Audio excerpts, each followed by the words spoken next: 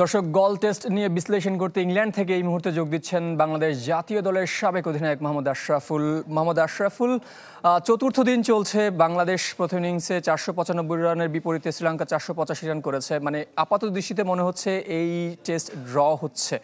আর বাংলাদেশ দলের স্পিনারদের বাদ দিয়ে পেসারদের পারফরমেন্স কিভাবে মূল্যায়ন করবেন? কারণ সাম্প্রতিক সময় আমরা দেখেছি আসলে পেসারদের যে প্রত্যাশা সেটা তারা পূরণ করতে ব্যর্থ হচ্ছেন। ধন্যবাদ আপনাকে।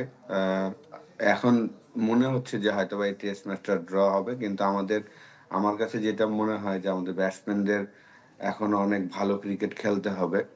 কারণ মাত্র 10 রানের লিড আমরা নিয়েছি, এখন আমরা ব্যাটিং করছি। সেকেন্ড ইনিংসটা খুবই ইম্পর্টেন্ট। তো এটা একটা অপরচুনিটি। উইকেটে স্পিনারদের জন্য অনেক কিছু আছে এখনো। দুইটা টিমেরই যদি আমরা দেখি যে স্পিনাররা ডমিনেট করছেন।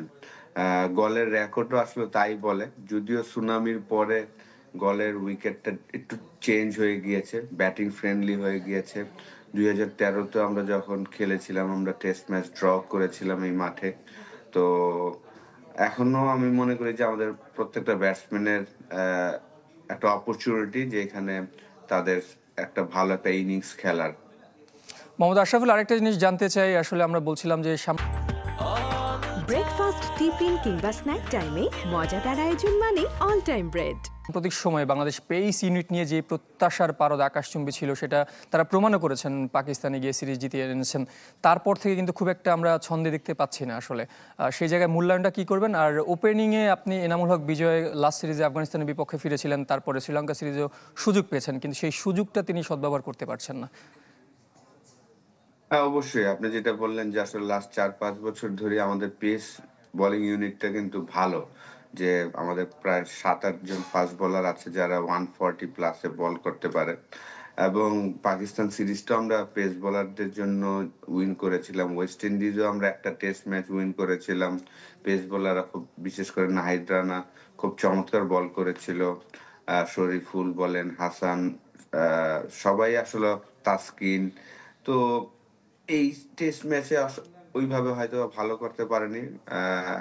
তো আশা করব যে নেক্সট টেস্ট ম্যাচে হয়তোবা তারা কামব্যাক করবেন। এবং ওপেনিং এ এনামুল বিজয়কে আসলে নিয়ে এসেছেন। জিম্বাবুয়ে সিরিজে লাস্ট ম্যাচটাতে খেলেছেন এবং ম্যাচ উইনিং একটা ইনিংসও খেলেছিল। 39 রানের একটা ইনিংস ছিল।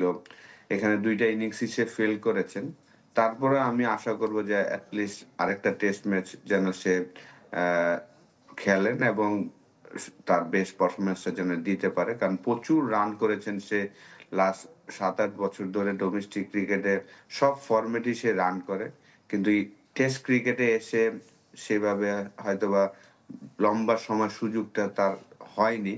তো আশা করব যে এই দুই ইনিংসে ফেল করলেও পরের টেস্ট ম্যাচে হয়তোবা সুযোগ পাবেন এবং ভালো করার চেষ্টা করবেন।